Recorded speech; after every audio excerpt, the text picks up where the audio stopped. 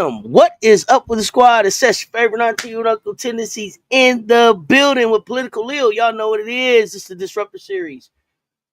From the Cess Talk Sports, B-Wise Poly Sports Podcast. What the fuck, America? Let's tell the truth. Political Lil, what's happening? What's going on, Auntie Cess? Gotta get it going. It's March Madness. It's March Madness. I'm super excited. And I'm super excited to be doing this show with you today because I wanted to take this opportunity to talk about some of these legends, like the players that we watched that were the legends coming up when we went before there was a WNBA.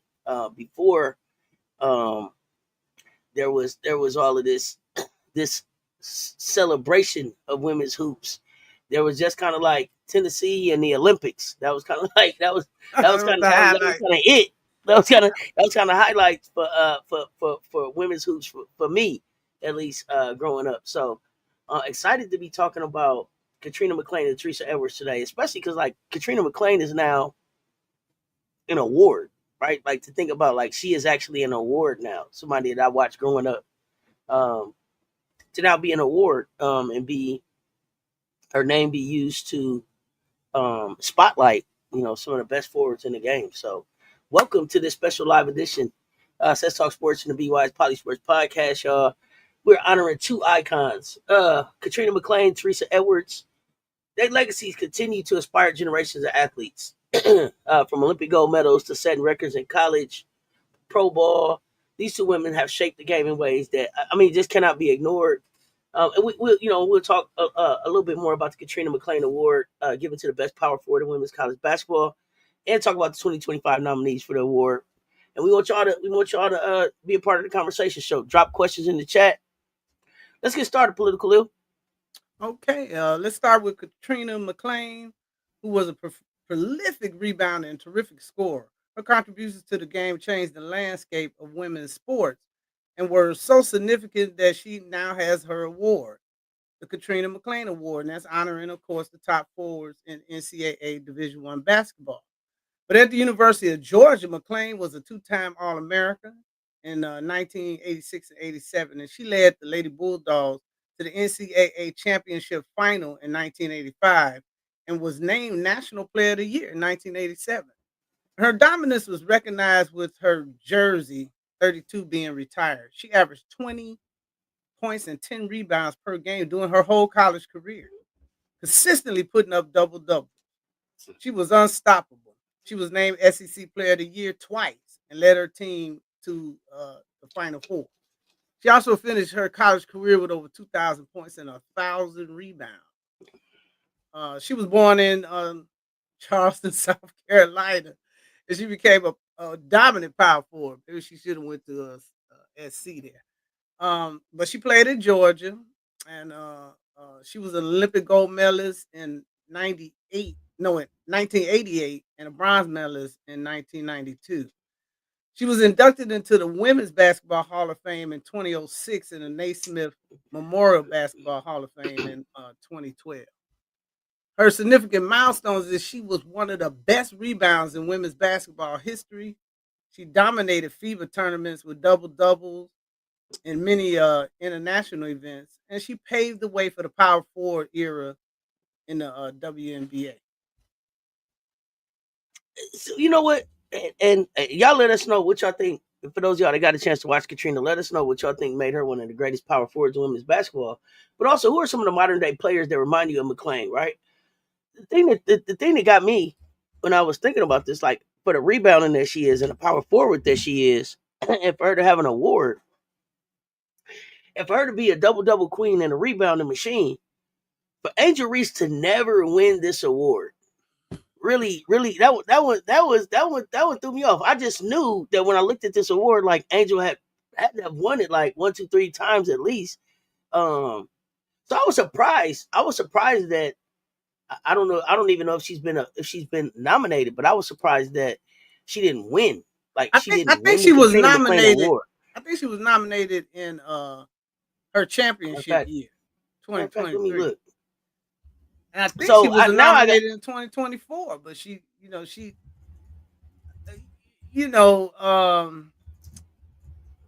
that year that she broke the NCAA double record Mm-hmm. and was the leading offensive rebounder in the nation. I think Maddie Seacrest won the award that year. I know she was She did. It was Secrets that year, and I right. She believe was a the year, prolific scorer, but she and I wasn't believe a last year. great rebounder. No, and I believe last year it was Kiki Iriafe Yeah, she beat her at, out for the award last at year. Stanford, and can't. I, I can't understand it. I can't understand it. Did Kiki break a double record? And that's not a knock on Kiki, but I'm just looking at the award like, wow. When I look back, like Nalissa Smith is a two-time Mhm. Katrina McClain Award winner. Angel Reese never got the thing. That surprised me. That surprised me because when I think about Angel, Katrina is the player that she reminds me of. Katrina, like that dog mentality that you're not gonna out rebound me, you're not gonna outwork me. That motor to me, Mhm. it says Katrina McClain. So I was surprised. I was surprised by that one. What's up, Groovy? What's up, Miss D? Six Women Sports. Katrina and Teresa's names are connected to each other forever. They're connected forever. I mean, like, I waited for the Olympics. I look forward to the Olympics to see those two play. Um, so let me break down a little bit about Teresa Edwards. Now that we talked a little bit about what's up, Harold Williams, Big Wrench in the building. What's good? Um, Teresa had a noticeable beginning to her college career. Right, she wasted no time making her presence felt. She helped her team to a strong regular season and even got them into the NCAA tournament. By her sophomore season, uh, Teresa was Georgia's leader on the court, averaging 16.7 points, 4.3 assists, and 4.1 rebounds per game. Numbers that would stand out right now. That year, the Lady Bulldogs made their first ever Final Four appearance, and Edwards proved she could perform on the national stage. Junior year, that was the breakout year for Teresa. She averaged over 19 points per game. She is SEC Player of the Year. Georgia finished 28-3 and made another Final Four appearance. She wasn't just scoring; she was doing it all: defending, rebounding, leading her team like a true floor general. And in her senior season, she capped off her college career as one of the best players in the country. She was a consensus All-American, and by the time she left UGA, she was the program's all-time leader in assists and one of the top scorers in school history. The Lady Bulldogs consistently ranked among the top 10 teams in the nation under her leadership. She was born in Cairo, Georgia. She's one of the most decorated players in U.S. basketball history. Played at the University of Georgia from 82 to 86. Five-time Olympian. She held that record. She held that record until just last year when Diana Taurasi made sure that she was on the Olympic team to be a six-time Olympian. Four gold medals and one bronze. So she was Olympian in 84, 88, 92, 96, 2000. Um, that spans like 3 decades. Like, she was an Olympian for 3 decades.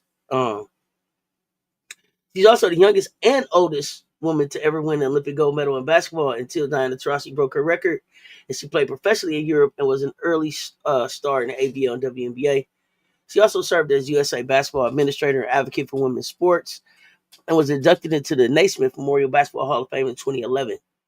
She has over 3,300 career points in international competition. And I mean, she set the standard for leadership in women's basketball, respected worldwide. Like, she was the guard that was Dawn's OG, right? So, like, think about that. This was Dawn Staley's OG. This was her mentor, or the player that she played behind. And the first woman to play in 5 Olympic Games in basketball. How has Teresa Edwards' impact as a leader gone beyond the court, and what can today's generation of athletes learn from her journey politically? Well, she was really a special talent. You know, we think about some of the guards today. Um, you know, her floor generalship, and you can point to just a few guards uh, Mm-hmm. that are actually floor leaders. Exactly. Know how to be an extension of the coach on the floor. Um, Mm-hmm. you know, Raven Johnson comes to mind. You know, Absolutely. just a general on the floor. You know, not looking to do anything but execute what's in Don's mind. You know, and that's what a real floor general does. Mm-hmm. She's one of the most terrific at it. And therein lies the leadership. You don't get your teams to Final Fours without having leader, that kind of a leader.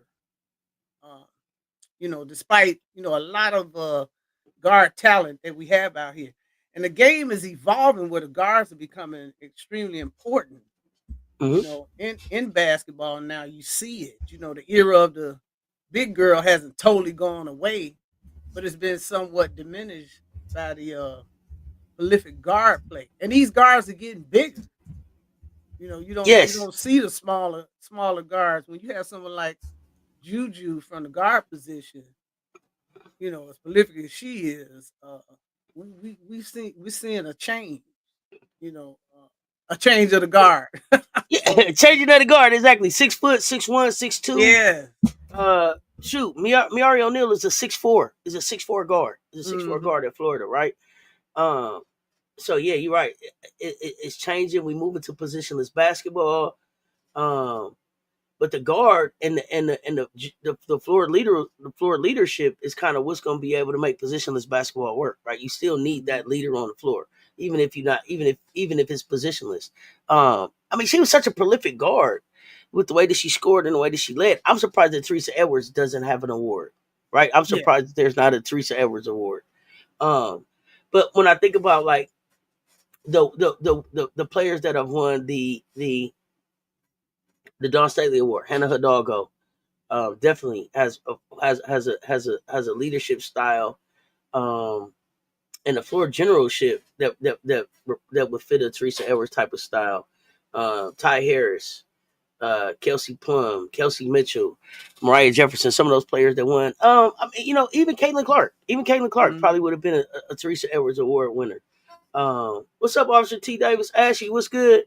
Um, I just don't think that we talk enough about them, and I think that this is the perfect time. This is the perfect time in women's hoops to to revisit to revisit all of that history and all of the work that they put in. Think about that little five like five Olympics from the '80s to the 2000s.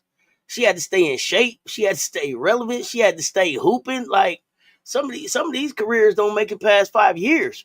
You know what I mean? So for her to be like tops in the world, Mhm. not just in the league, like tops in the world, international play, Olympic stage, um, for her to be tops in the world for that long, just says a lot about her dedication to the game and Mhm. her care for the game. And I don't think that people realize, and one of the reasons that I wanted to talk about like the Teresa Edwards, the Katrina McClains, the McGee twins, these ladies and these players, um, is because for a long time that was where the growth of the game lied. It was just in their hands. There wasn't, like I said, she started in '84, so '84, '88. We don't get to a WNBA ABL until 1997, right? Mhm. So the care, and just the respect that they have for the game and how they took care of the game and passed it down generation to generation so that we could get to a league, right? To get to this point right here where women's basketball is exploding, I think we need to go back. And I know people always talk about like, oh, do they respect the women that are in the WNBA, right? That have held it down and built this league, but even before that, those pioneers, and Mhm. these are two pioneers that I don't think they talk about um, enough. They don't talk about them enough. I wish they were around the game more. Katrina has the award, but you don't see her out around the game a lot. And Teresa Edwards, I can't think of the last time I saw her like out Yeah, around the they game. they they not involved. That's one criticism I have of the WNBA. For you not Hmm. to have some type of ambassador program, I know they have one in hockey that's very strong. They bring Right. their stars back and they make sure that they go around promoting the game. You They need to do that. These Oh yeah. women were not just known in the States, these were women that were respected nationally, internationally, excuse me.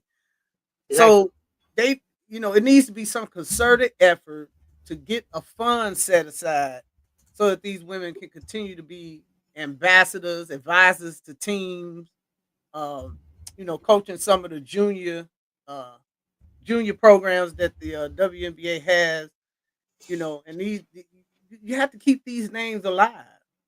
that's very important, and that's something that the WNBA really needs to step up and support uh, these women and make sure that they stay in the fold.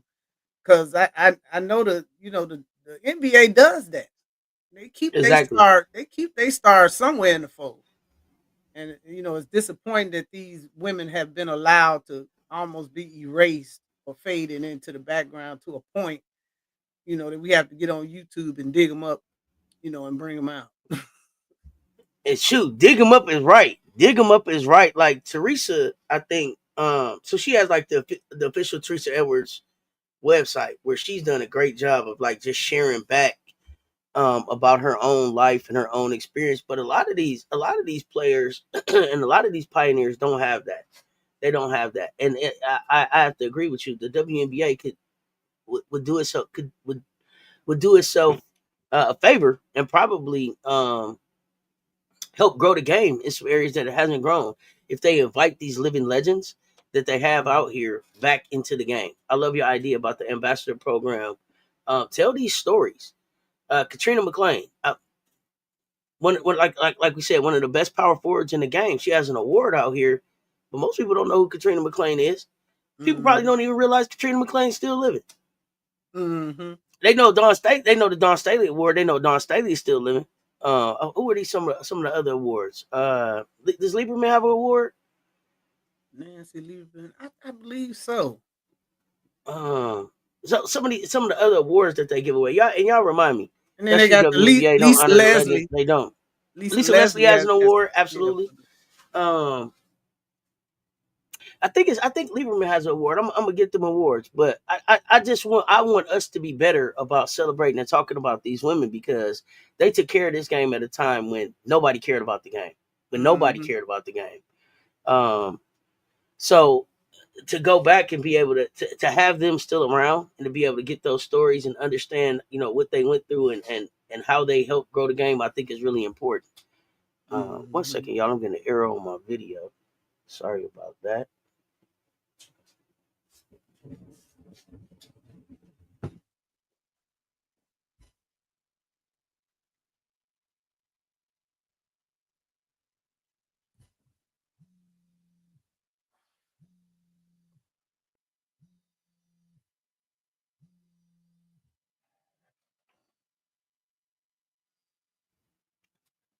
All right, my camera's restarting. Yeah, Okay, I here we gotta go. take this call right quick. Yeah, no problem. Okay. So y'all jump in here. I'm gonna talk a little bit more about just Katrina and Teresa as we get Hello. ready to get started for uh Yes. as we get ready. One second, Oh, hi. How are you? let me mute political Leo. I don't think she didn't know she wasn't muted. But I wanted to talk a little bit, y'all, about the Katrina McClain Award itself. And I know it's established in 2018 by the Naismith Basketball Hall of Fame, and it's the top power forward in women's college basketball every year. So you have to score an offensive impact criteria of the award. I want to talk about the criteria of the award, and then I want y'all to tell me who do y'all think should win the Katrina McClain Award this year? Is it Anissa Morrow? Is she a shoe in for this award? Scoring an offensive impact, ability to score inside and outside. It should be in the mid range. Rebound and dominance, so presence on the board, offensively and defensively. Defensive prowess, ability to block shots, guard multiple positions, and leadership and impact. So how they elevate their team's performance. Last year it was Kiki Iriafen. I don't remember Kiki. I don't remember Kiki really balling at Stanford like that last year. Um, so I was surprised that Kiki had won it. But Kiki Iriafen last year, Maddie Segrist. I don't know why Angel didn't win it. Melissa Smith, Ruthie Hebert, Nafisa Collier. Now the 5 finalists for this year, and y'all let me know who y'all think should be the winner. Uh, Dariana Lil Page Bugs, Michaela Timpson, Yvonne Ejim, Anissa Morrow, and Kiki Iriafen again. Um, I think I got you unmuted now, Lil. I unmuted you. You Okay, am back? I back? Okay, Can you yeah, you hear me? back. Okay. Got you. So I was just talking about the finalists for the 2025 Katrina McClain Award, and Oh, I was asking who y'all think Lil Page Bugs, Timpson, Egypt at Gonzaga, Morrow at LSU, Uriah Finn at USC. I would have to give it to a Morrow, I guess. I would Yeah, say I would have to say I would Morrow, say Lil. moral. Yeah, I mean, come on, 101, 102 or three, I believe, double doubles. Over 1,000 rebounds in her career, along with 2,500 points. And then what really stands out is that she's only 6 feet 1 inches tall. So 6'1".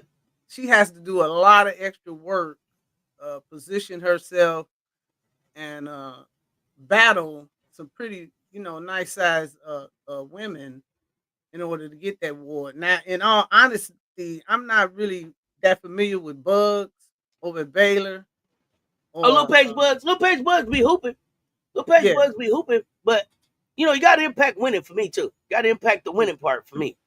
yeah. And And then I don't know for about me, Yvonne either at Gonzaga because they haven't been on TV that much okay. or Now, I talked don't know about. much about Egypt, and I hope I'm saying the name right over at Gonzaga. But Hmm. the other four I've seen play. Right, The other exactly. four I pretty much followed this season. Baylor, I haven't watched as many games as Hmm. much as I've seen like highlights, and we've had some conversations about Lil Page Bugs. Baylor kind of to me, Lil Page Bugs, the way she goes is the way they go. Timpson at Florida State, great shot blocker, Hmm. rebounds. um, just don't win enough for me. They just don't win enough for me. And then Kiki at USC. Like I said, I wasn't sure that I felt like she won it last year. To me, Angel Reese would have been the winner last year, and we probably would be looking at, if it was up to me, probably back to back LSU winners for the Katrina McClain Award this year. It probably would go uh, to Morrow with the 100 double doubles and the 1,000 rebounds, and it would have went to Angel Reese for me last year. Hmm.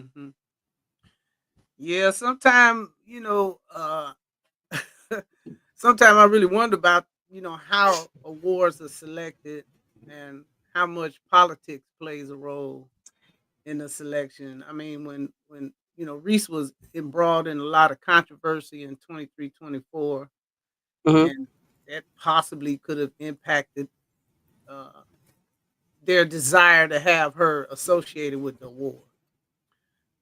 People think that that might not be a factor, but in a lot of cases, there's a quiet character clause, if you will.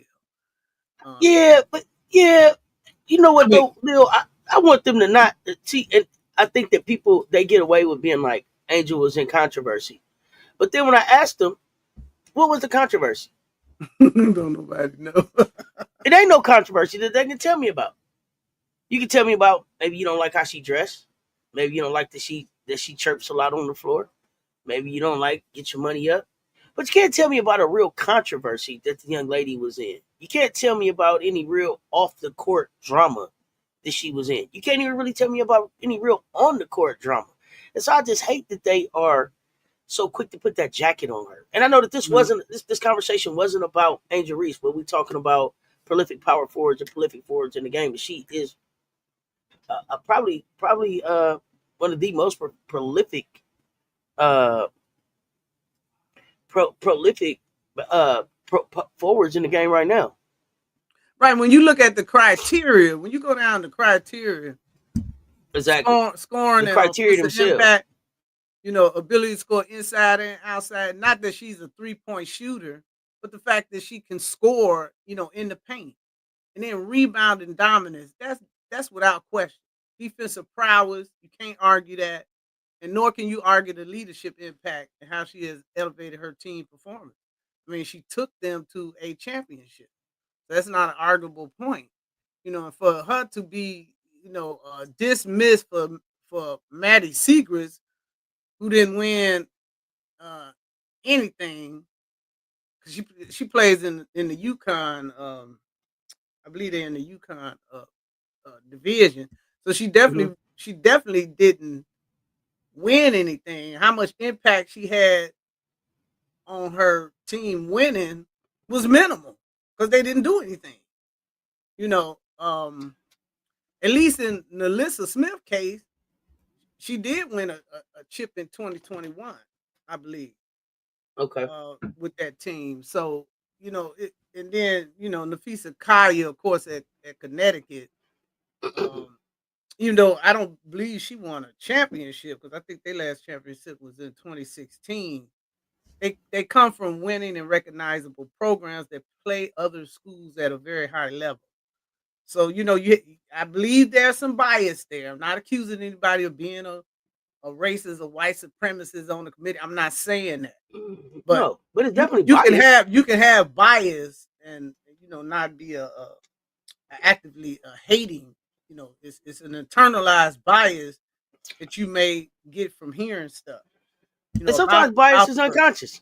Yeah. Sometimes your bias is unconscious. You don't even realize that you're being biased. But in some of these cases, they know. I'm not even gonna hold them up. Some of these cases they know, and it's on purpose. Yeah. These awards have a direct reflect on the value of brands. These awards have a direct reflect on ability to be able to get marketing deals, to be able to partner with companies and and build out brands.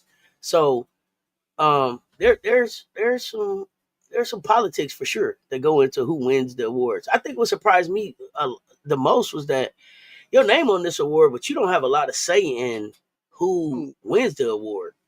Like I didn't realize that at first. Like I thought, like Dawn Staley would have a say in like who's winning the award. Katrina would have a say in who's winning the award. But these awards are commissioned, if you will, by I think there's a Philadelphia group that does the Dawn Staley Award. I think the Naismith team does the Katrina McClain Award. Like it's not like they're at their homes. It's an honor for them to have their name on the award, but it's not a direct reflection of what they think about the best player or the best power forward in this case in the game would be this year.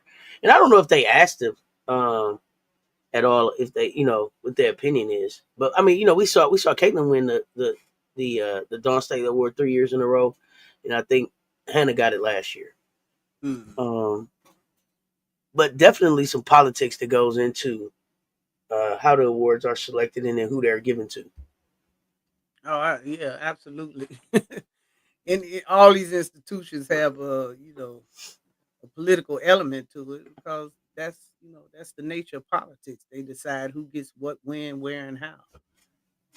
But I think in today's hoops, well, I mean, just in today's sports, especially with the NIL and the amount of money that's at play for these players, even earlier in their college career, it's important to be transparent about what the criteria are to win these awards, and then to be transparent about how you're awarding, what you're awarding, what the award is based on. I mean, even when we look at the AP All American Awards came out yesterday, right? The AP All American teams came out yesterday. Blew my mind. We got 3 AP All American teams and not one Gamecock on the team. So sustained excellence is being punished.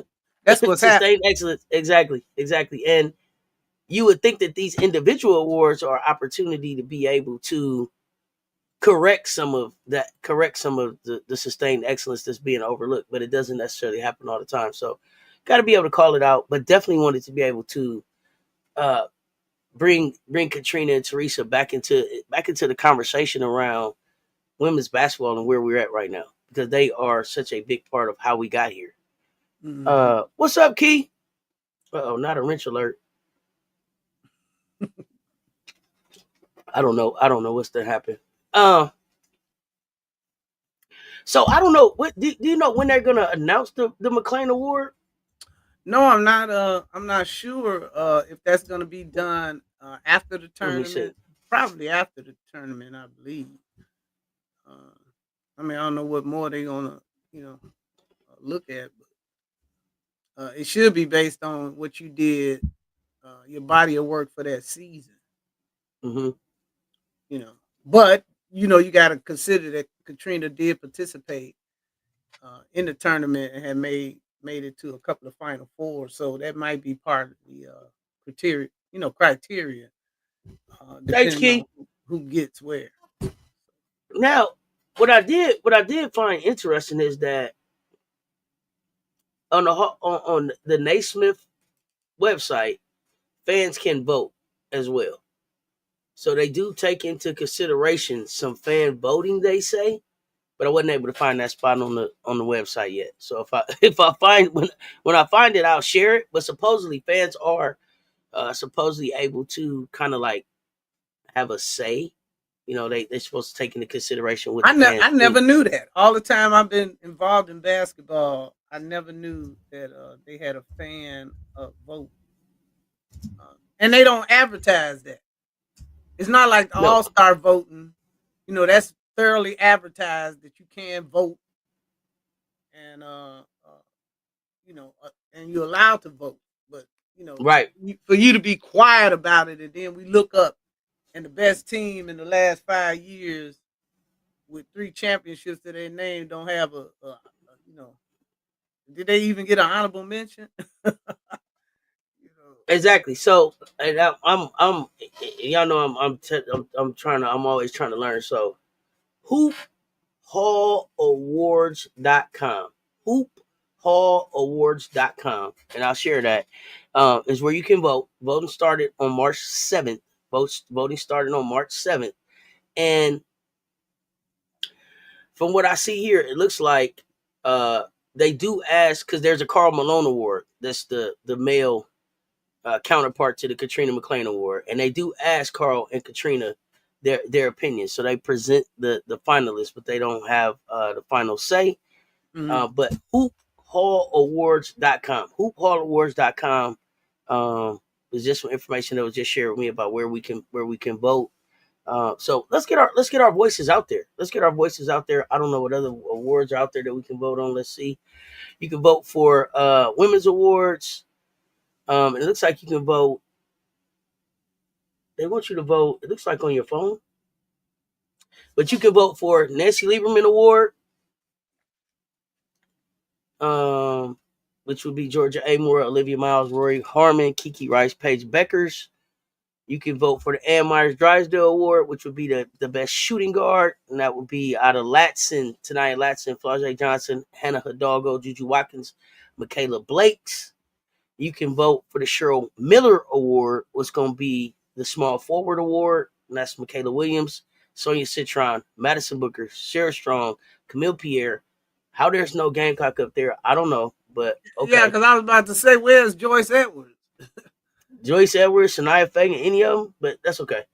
And you could also vote for the Katrina McClain Award, which is the names that I gave y'all: Lil Paige Bugs, Michaela Timpson, Yvonne Ejim, Anissa Morrow, Kiki Iriafen. The Lisa Leslie Award, which will be the center, and your finals there will be Audie Crooks, Reagan Beers, that big that got dunked on, Taylor Jones, Lauren Betts. And then once you go through all of that, then you cast your vote. Then you can cast your vote. So hoopshallawards.com. I'll share that out on my community page. Thank you for sharing that with me.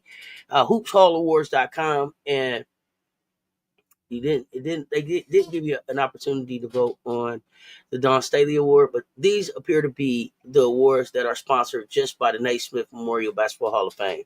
So that's going to be your Nancy Lieberman, your Ann Myers Drysdale, Cheryl Miller, Katrina McClain, and Lisa Leslie Awards. Y'all get out there and make your vote count.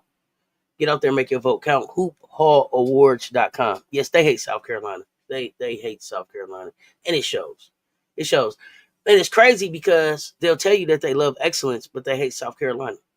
Mm-hmm. It's the standard. It's a standard of it's a standard of excellence that they don't unmatched standard of excellence. I mean, continued standard of excellence. Even when y'all continue to move the goalposts,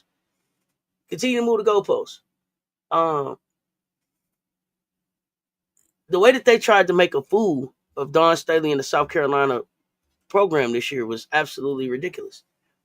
To have us jump through all of these hoops, to have us check all of these boxes, to have us do everything that y'all said we had to do, to at the end of the day still tell us that we are not a #1 overall seed in the tournament.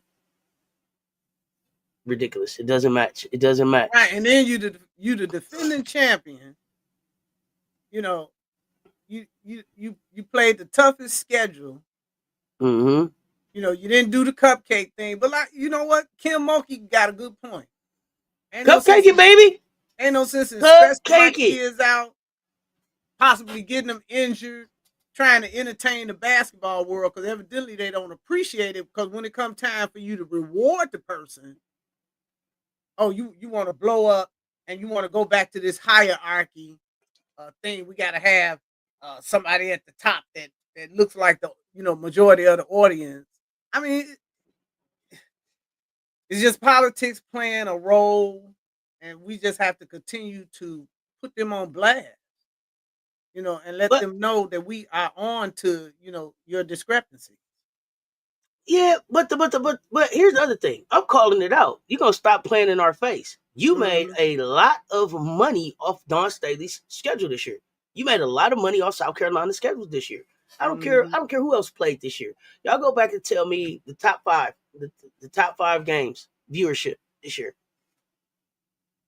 You can't tell me that South Carolina wasn't in at least 3 of those 5 games. Most watched, UConn, Texas, UCLA. Stop playing with me.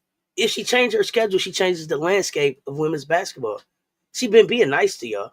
She been being nice. Her fingerprints are all over the growth of women's basketball because of the way that she's taking care of it over the years. We just talking about Teresa Edwards, Katrina McClain, passing it down. How you take care of this game. How you love and grow this game. I keep telling y'all gonna miss Dawn Staley when she's gone because people won't take care of the game the way that she has. They won't have the same respect for the game that she has. Dawn calls the dogs off, but we done calling the dogs off. I told y'all that. She calls the dogs off because of her respect for the game. It does the game no justice for her to continue to blow teams out week after week after week on ESPN, on FS1, on SEC Network, on Fox, on any of these channels, because it makes for bad TV. It makes for bad TV. It makes no sense. People say, there's no parity there. So she does it. She calls the dogs off. She let people live another day. It's okay for you to know that you beat. I don't got to beat you down. I don't got to beat you down to win the game. All of those things matter in how this game grows. All these things matter in how people tune in. All these things matter in how these people cheer for and buy into. All of those things matter. She don't call the dogs off just to be nice. She calls the dogs off so that the game looks so that the game is still watchable. Y'all think about how many times y'all to cut the Big Ten off. Think about how many times you can cut the ACC off. Think about how many times you ain't even tuned into a Big East game. You ain't seen Duke. You ain't seen UConn play Creighton this year because you wasn't interested. Yeah. But you can't. At the end, you either being erased or you're not being rewarded. But you can't take your eyes off a Gamecock game. Whether you watching to see them win or lose, you can't take your eyes off a Gamecock game. You tuning in. Think about that. Think about that, y'all. All that stuff matters. All that stuff matters. These awards, all that stuff matters. Okay, Key. The Under Armour commercial and the pick at the end said it all. Yeah, shh. All the talking. They hear the talking. I don't know if we can have a different schedule easy next year. We've already signed up to play UCLA, Texas, Duke, USC. Who else? Like I don't know how much of an easier schedule we'll have next year.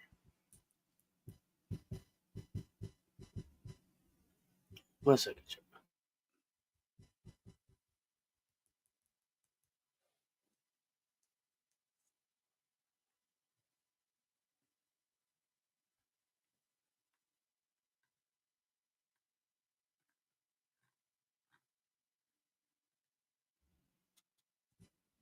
My bad, y'all. I had a sneeze attack. Okay. Before we get ready to get out of here, I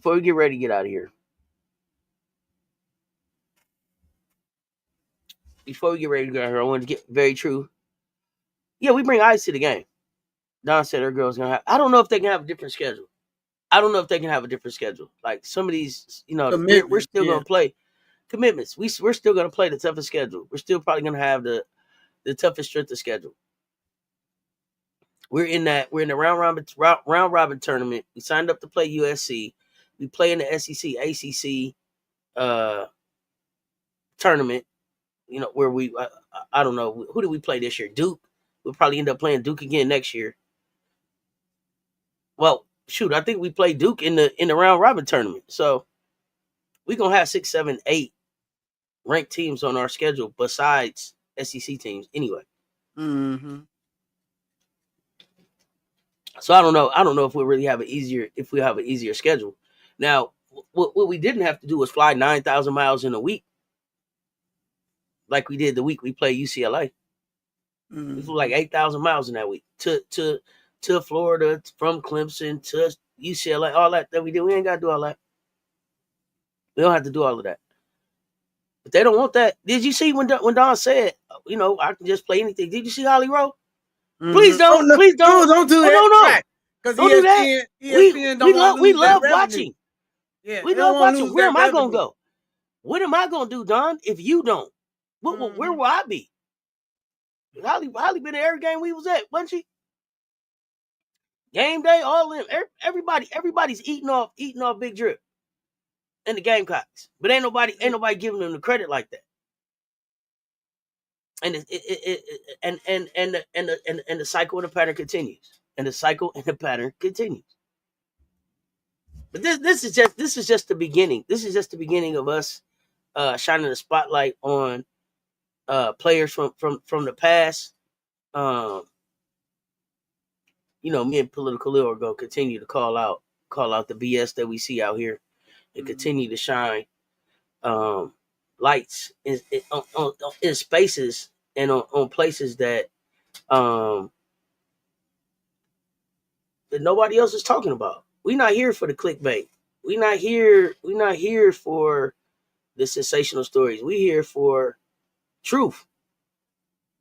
We here for, like, really, let's tell the truth, America. Let's disrupt patterns.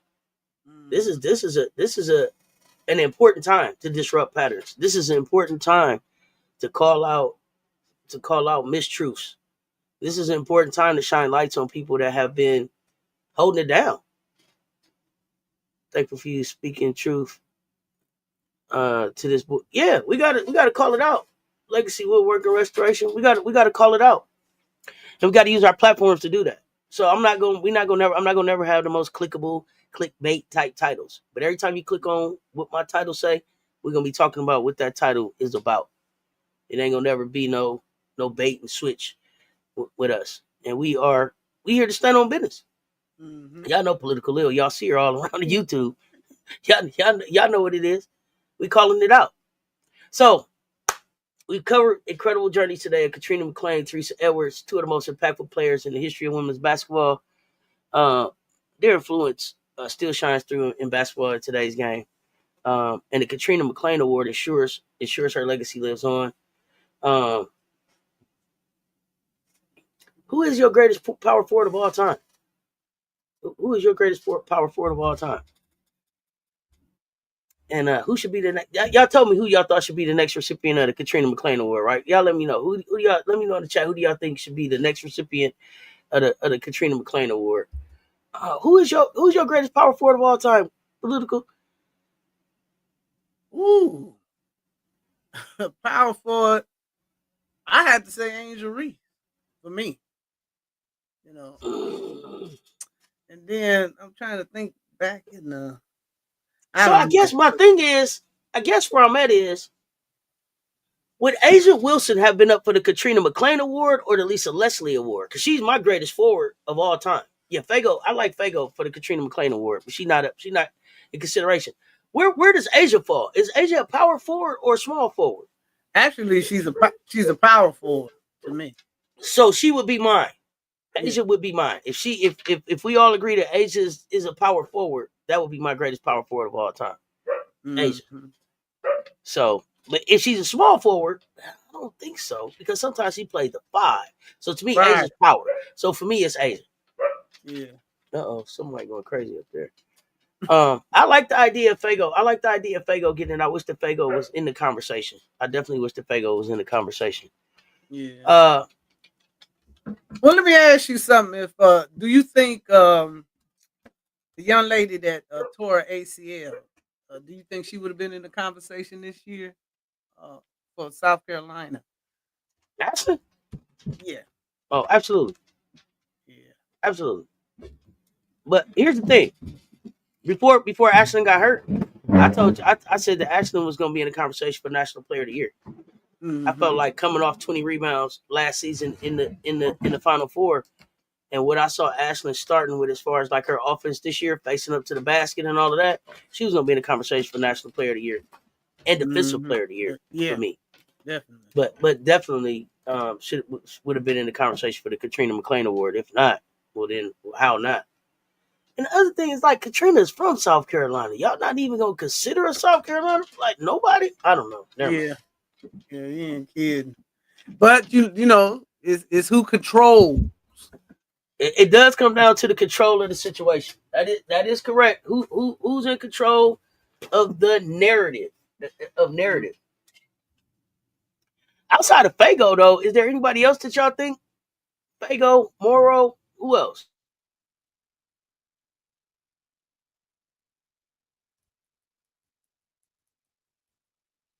Mm. Fago didn't make the finalists. No, I don't think Fago not a finalist. Let me look. Oh, it's only 5. I think it was 10 original. Yeah, but no, she not a finalist. Yeah. Hold on, let me go back to Hoop Hall. Um, Little Page Bugs, but not Fagan. Michaela Timpson, but not Fagan. Ivani Jim, but not Fagan. Anissa Morrow, but not Fagan. Kiki Iriafen, but not Fagan. She was on the 10 list, but she didn't make it to the final. That I don't know. But y'all get out there and vote. HoopHallAwards.com. HoopHallAwards.com. Y'all, thank y'all for joining us on the Cess Talk Sports BY's Poly Sports Podcast. If you love this episode, don't forget to like, share, and subscribe. Let's continue celebrating the incredible contributions of Black women in sports. Edwards and McCain's journey reminds us of the importance of perseverance and humility. These are pioneers of women's basketball. They paved the way for so many who came after them. And remember, sports are never just about the game. It's about the stories we tell and the change we create. If you want to hear more on the stories of Teresa Edwards and Katrina McClain, visit our recorded broadcast on this story on this channel right here. Until next time, y'all stay wise and stay engaged. Political leader, got anything before we go? Nope. We out. Y'all stay tuned. Talk soon. I'm gonna see y'all later. We back today with I know you fucking Lions show. And some March Madness hoops. Stay tuned, y'all. Talk soon.